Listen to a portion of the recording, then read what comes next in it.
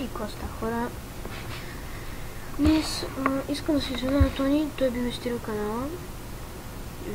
Извинявам му се за тези неща, които ги направих. Но вече, както виждате, изтрил съм клиповете и ако още ги виждате вие, но аз не мога да видя, дисклайк. Искам да дадете дислайк. Дисклайк или само не знам как му се. И просто искам да направя едно клипче, което да му се извиня. И така, както казах, вече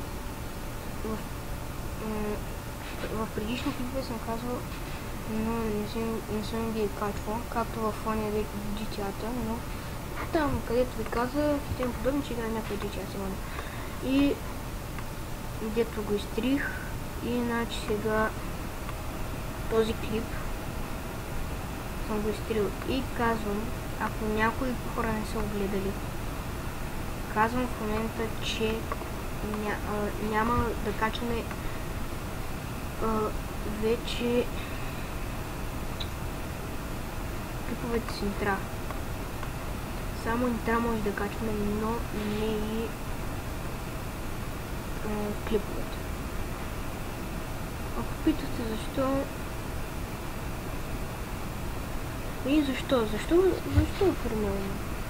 Кой се прави това задръстването на запомагането? Да се сложи пред някого нещо, което е подобано. Аз за това, значи, и заради това искам да му се извиня и да ви кажа тази информация, за която да, разбрах се, но това беше с този клип. Но ми хареса, ако е така, абонирайте се, дайте коментар за клипа. И пак му се извинявам, извинявайте, но Иван, не знаете, той го напсува, но аз нищо не съм му казвал. Така, и както казах, да ми хареса клипа. И